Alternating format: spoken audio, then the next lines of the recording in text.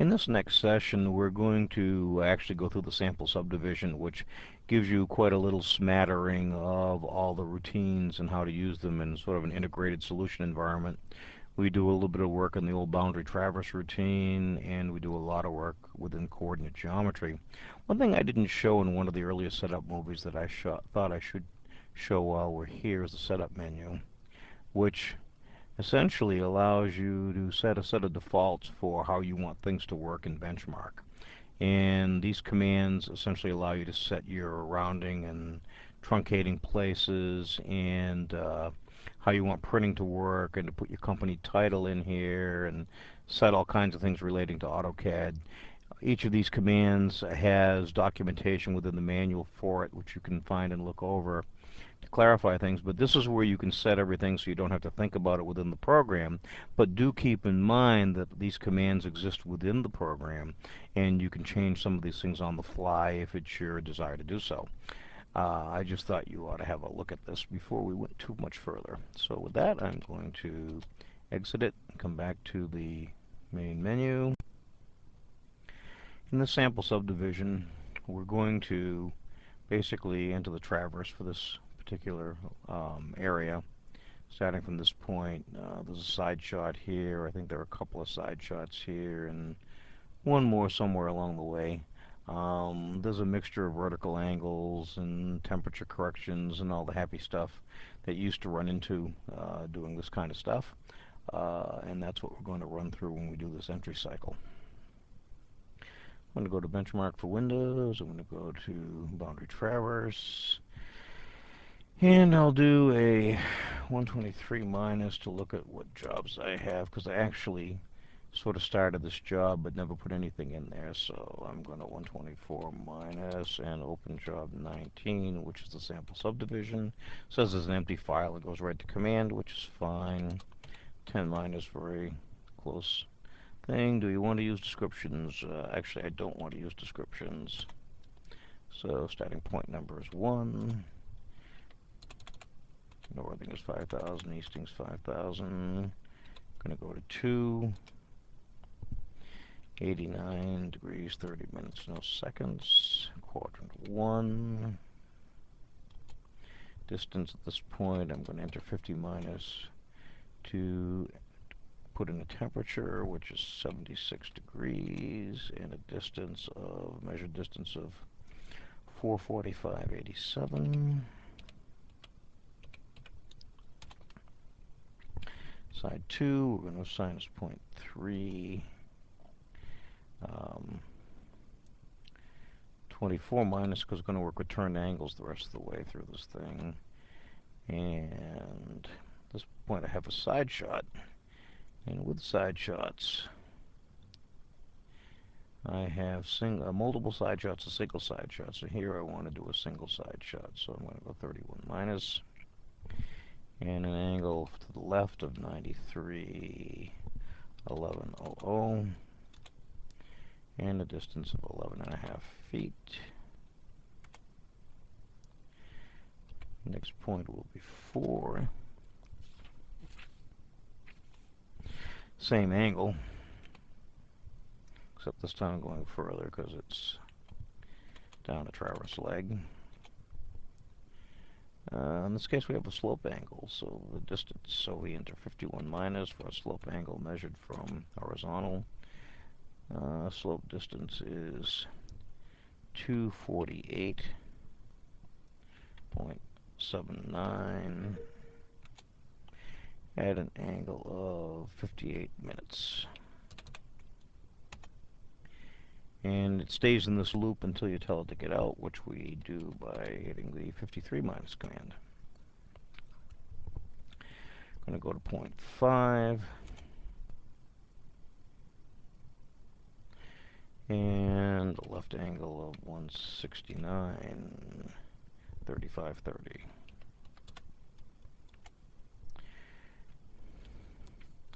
Again, vertical angle, 218.14 at an angle of 216.00. minus to get out. Now, in watching us run this example, you notice that in the slope reduction routine, the program is prompting for distance first and angle second. And the sample runs in the book, you'll notice it's the opposite, because the program was originally programmed for angle distance, but users requested that we go distance angle, and so that was a change we made before we did those samples quite a while ago. So this example here is showing it the way it actually works. We're in side 5. We're headed toward point number 6. And our turned angle is minus 187, 1639, at a distance of, a slope distance of 150.06, and a slope angle of 34 minutes. And 53 minus to bail out of that.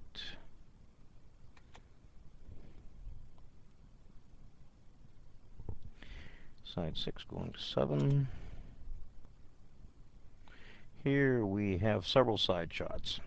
So multiple side shots, I believe, is 30 minus, but I'll just check that with the handy dandy pop-up menu with the left click, with the right click, and we're in there now. Minus 264, 1229. Minus distance of 200.02 at a slope angle of 2 minutes, 2 degrees, 8 minutes, and seconds. And 53 minus 2. Close that out. Now, because I went 30 minus, this next leg from 7 to 8 will also be a side shot. So we're going to go 89, 59, 26 into the slope routine.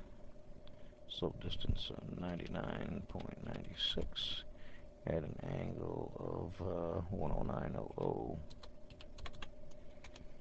And so we're going from 8 to 9 now. Now at this point, this next leg isn't a side shot. So when you're in repeat side shot mode, the way out is cancel side shot mode 330 minus. So that's what we did there. So going from 8 to 9, and that's a minus 87, 30, 17. At a, here we have a temperature change. Temperature went to 74, okay. Distance, we're going to go to slope now. 187 at a angle of 252, and that is all. Next we're going to point 10. Turned angles minus 187, 2849. Oops. 2849. Slope routine 9873 at an angle of 416.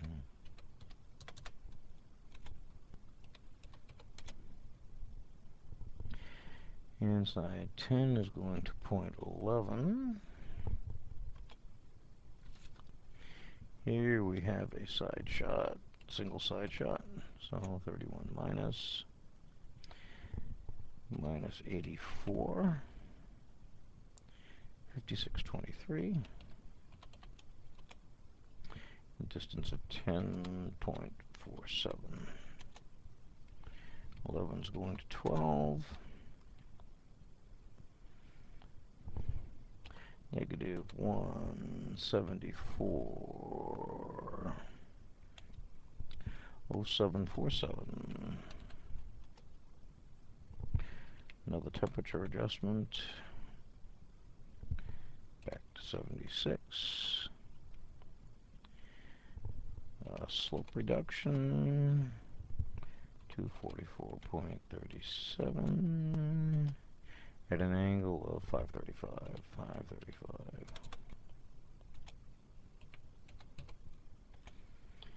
And now we're going from side 12 is going to point 13.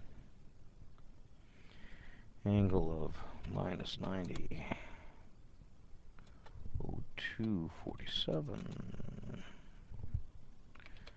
Slope is 252. 92. 252.92. At an angle of 37 minutes.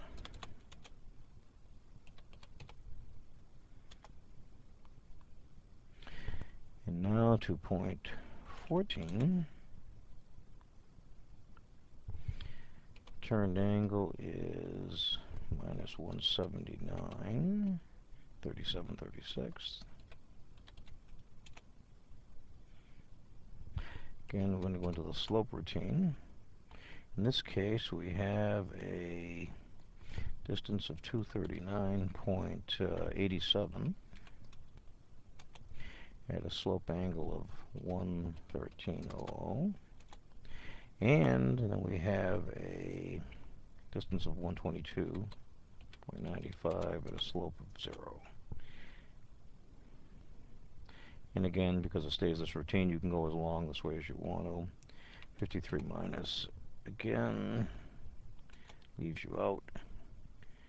Now, putting in 15 here, even though we're not really going there, because this is the last leg of our traverse, and so we have a closing angle here because we're coming back. We're on our starting point.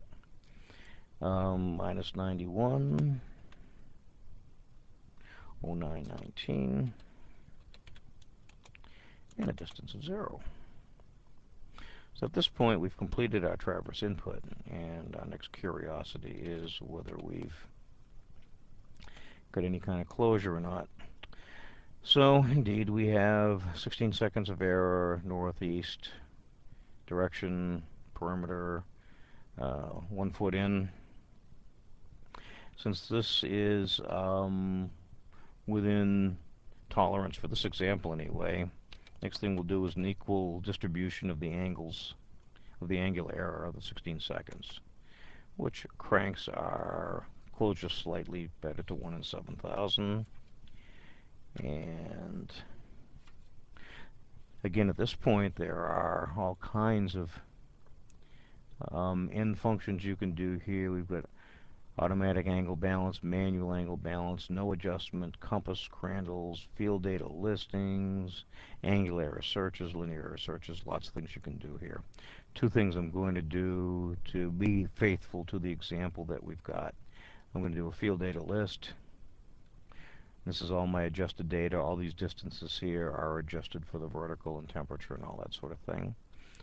And then the last thing I'll do will be the Crandall's balance, as these folks did in this example from a long time ago. And we'll crank out our closure. We have a parcel that's about 277,000 square feet and about 6.4 acres. Now, there are lots of things I can do at this point. Right now, within the structure of the program, both the field data that I've entered and the coordinates I've calculated are both stored. And the system will allow me in any one job number to store either field data or coordinates. Now, the reason I might want to store field data is because I had an error that maybe required someone to go back to the field and remeasure.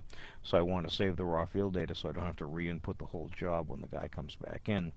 That would be one reason to do that. In this case, since I'm saying my field data was acceptable, I really don't care about saving it. So I'm just going to store my coordinates and move along. So I'm going to right-click here. And you notice here I have my choices that I talked about: store field data, store coordinates. Job number 19 is my active job, so when I hit store coordinates, oh, okay, so it didn't even recognize that my job 19 was worth anything. So we will retrench a little bit here, and we will create a new job. Job number is 19. Oh, okay, we're having fun with that. Let's do another job. Let's just go 122 minus, and the job number is 18. The job name is sample subdivision.